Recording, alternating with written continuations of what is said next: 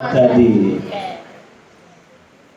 सचिया जोता वाली माता तेरी सदा ही जय। सर्व मंगल मांगल्ये शिवे सर्वार्थ साधिके शरणे त्र्यंबके गौरी नारायणी नमोस्तुते। या देवी सर्वभूतेषु मातृरूपेण संस्थिता नमस्तस्यै नमस्तस्यै नमस्तस्यै नमो नमः। एक बार की बात है, राजा जनमेजय ने श्री वेद व्यास जी से पूछा कि हे मुनि श्रेष्ठ, अद्भुत चरित्र वाले भगवान विष्णु ने मृत्यु के शाप से किस मनवंतर में किस देवता या किस प्रकार से अवतार धारण किया?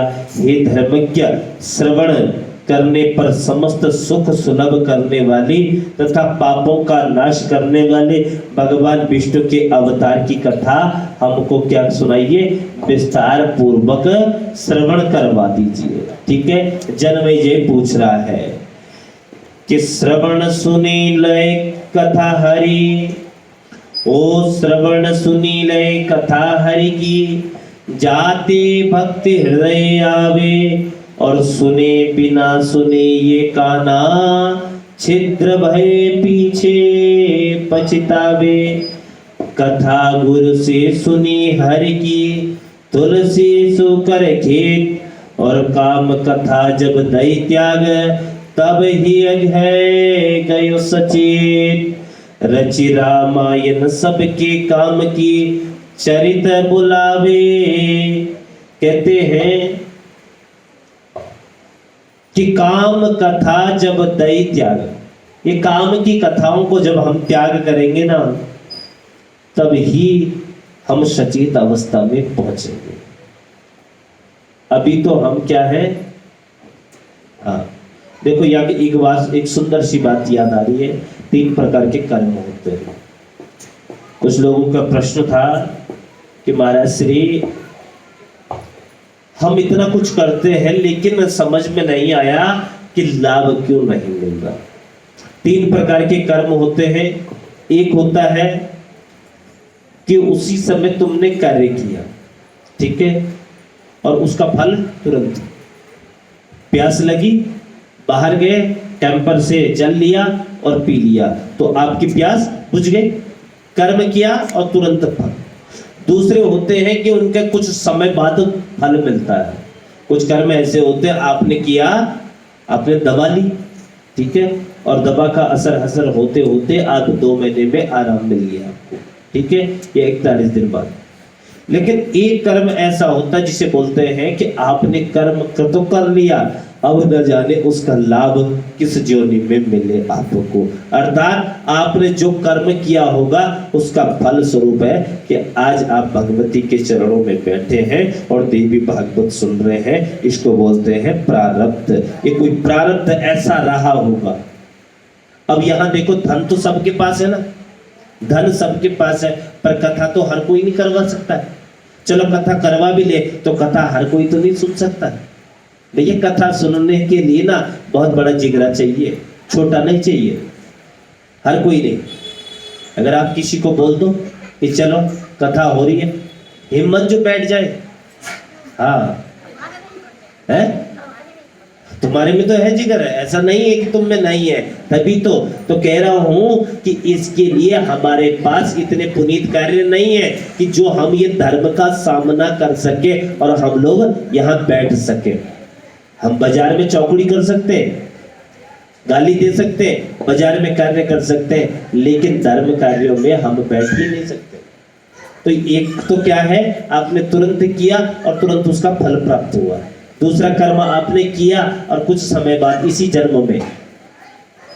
जन्म में उसका फल मिल जाता है। किंतु तीसरा कौन सा होता है, प्रारब्ध। कि प्रारब्ध में लिखा है महाराज, अब प्रारब्ध में तुम्हारे लिखा है तो दुख कौन भोगेगा, पड़ोसी थोड़ी भोगेगा, तुम ही भोगोगे। चाहे कितना ही उपाय कर लो, चाहे कितना कुछ कर लो। मां कुंती थी और भगवान कृष्ण जाने को तैयार हुई कहाँ? द्वारिका। तो सबसे कहा कुछ ना कुछ मांग लो भैया, अगर किसी को कुछ मांग चाहिए तो, जिसको जो चाहिए वो मांग लो। तो युधिष्ठिर ने कहा, और युधिष्ठिर से पूछा कि तुम ही मांगो पहले। युधिष्ठिर ने कहा कि हे प्रभु, बस अगर देना चाहते तो यही दो कि मेरे साथ धर्म का साथ कभी न छूटे, अर्थात सत्य का साथ में कभी न छोड़ो। भीम से कहा भीम ने कि मेरे तो वैसी बदनामी है, लोग भोजन भट्ट कहते हैं महाराज, बस अगर देना चाहते हो तो इतना वरदान दे दो कि चलते फिरते प्रत्येक परिस्थिति में, चलते फिरते उठते बैठते प्रत्येक परिस्थिति में आपकी याद बनी रहे। अर्जुन से पूछा तुम्हें क्या चाहिए? तो अर्जुन ने कहा ये गुरु शिष्य का भाव हमेशा रहे। सबसे पावन और पवित्र स्थान है गुरु शिष्य का, कह रहे हैं ये भाव हमेशा बना रहे। सुभद्रा से पूछा है तुम भी मांगो, कहा कि मेरा मन रूपी मयूर और आपके पंजे में, आपके चरणों में, आपके चरण क्या है? एक पिंजरा है, तो उस पिंजरे में जाकर ये मन रूपी राजहंस आज ही जाकर फंस जाए। क्यों फंस जाए? क्योंकि मृत्यु के समय कंठ अवरुद्ध हो जाता है, और महाराज जब कंठ अवरुद्ध हो जाता है ना तो फिर नाम नहीं निकलता, फिर नाम नहीं। और अंत मति सो गति, अंत में जैसी मति होती है व्यक्ति की फिर वैसी गति होती है। अंत तो गत्वा, तो जीवन भर भजन करते हैं, किस लिए करते हैं? अंत में मुख से राम का नाम निकले भैया, गोविंद का नाम निकले अंत में, यही हम प्रार्थना। और वहां बगल में कुंती खड़ी थी, अरे कहा बुआ तुम भी मांगो ना, तुम भी मांगो। कहा क्या मांगू मैं, मेरे पास सब कुछ है, अगर देना ही चाहते हो तो झोली पसार दी कि जितना भी दुख है वो दुख मुझे दे दो। अब जब दुख मांगा सारी सभा स्तब्ध, अरे लोग जाते हैं मेरा ये काम हो जाए, मेरा ये काम हो जाए, ये सुख आ जाए, और बुआ क्या मांग रही है? दुख मांग रही है। काहे को मांग रही है दुख? क्या कारण है, क्यों मांग रही है? इसलिए ही मांग रही है कि प्रभु जब तक दुख था तब तक तुम साथ थे, और आज सुख आ रहा है तो तुम भी कह रहे हो मैं भी जाऊं द्वारिका।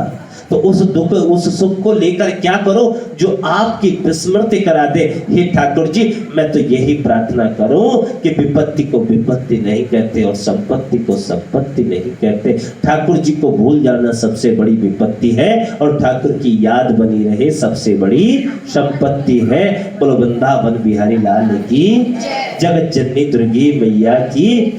तो इसी प्रकार से कहते हैं कि समस्त संसार में समस्त कामनाओं को देने वाली भगवती जगदम्बा, और कब कब अवतार लेते हैं प्रभु कि जब जब हो ये धर्म की हानि, बाढ़ई असुर अधम अभिमानी, तब तब प्रभु धरहि विविध शरीरा, हरहि कृपा निधि संचन पीरा।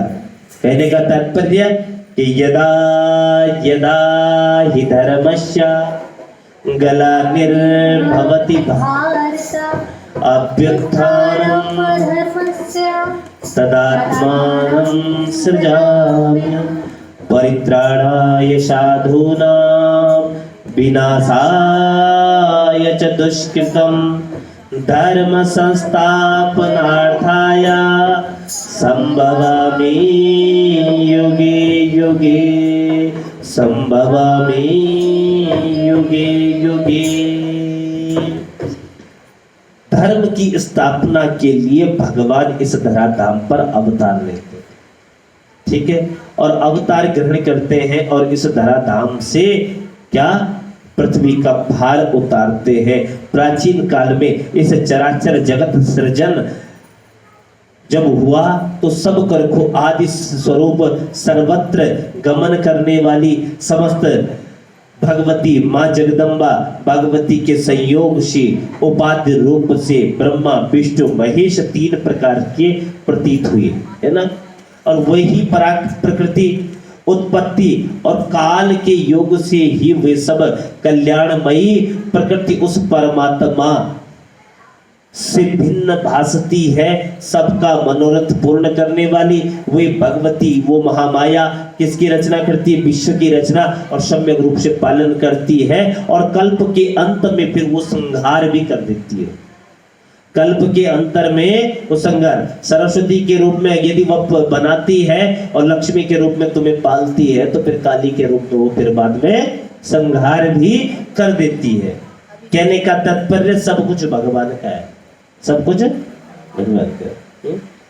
और तुम चिंता कर रहे हो आज से 10 वर्ष आगे की, कितने 10 साल आगे की। भगवती जगदम्बा कहती है महामाई कि सब कुछ मैं हूं, सब कुछ मैं हूं। पहले भी मैं थी, आज भी मैं हूं और आगे भी मैं ही रहूंगी। तो तुम्हारा क्या गया भैया, तुम्हारा कुछ नहीं गया है ना। ये साड़ी इत्यादि जो भी पहना ये भगवती है, ये समझ लीजिए। तो भगवती क्या कह रही है, किस प्रकार समझ लेना चाहिए कि जैसे आप गए, कहाँ गए, कहीं घूमने गए और आपको सोना मिल गया, आप उससे सोना को ले आए। या नेपाल गए, नेपाल में थोड़ा सस्ता, तो नेपाल से आप सोना लेकर आ गए।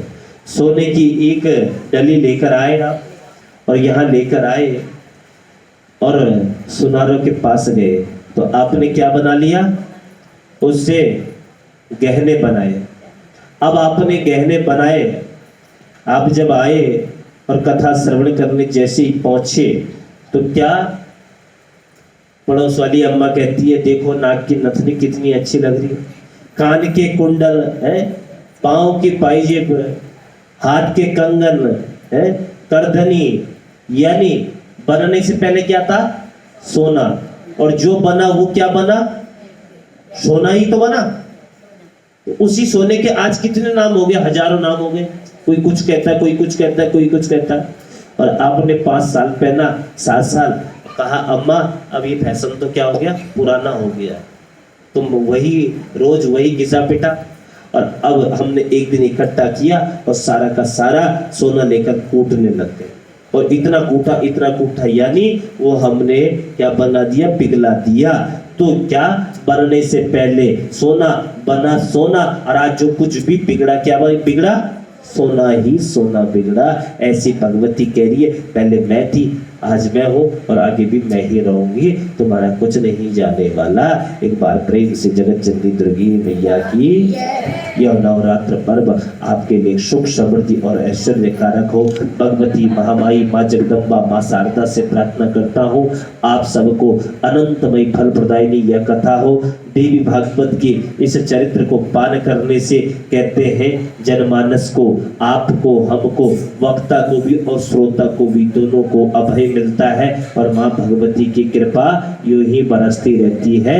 बोलो जगत जननी दुर्गी मैया की, सचिया जोता वाली माता तेरी सदा ही जय। कल ठीक कितने बजे, 1:30 बजे, 1:30 बजे आपको आना है समय से, ठीक है। सुबह पूजन होता है कितने बजे, 9 बजे। तो 9 बजे पूजन में जो लोग भी शामिल होना चाहिए, अपना नाम लिखाना चाहे तो आप लिख सकते हैं, ठीक है। इस प्रकार से आप बता सकते हैं किसी भी प्रकार से सेवा से। तो 9 बजे पूजन और दोपहर क्या 2 बजे देवी भागवत जी का पूजन होता है। तो आप लोग क्या इष्ट मित्रों के साथ सादर आमंत्रित हैं, आप लोग आए। कल भगवती माँ कुष्मांडा का पूजन होगा, तो आप इष्ट मित्रों के साथ सादर आमंत्रित हैं।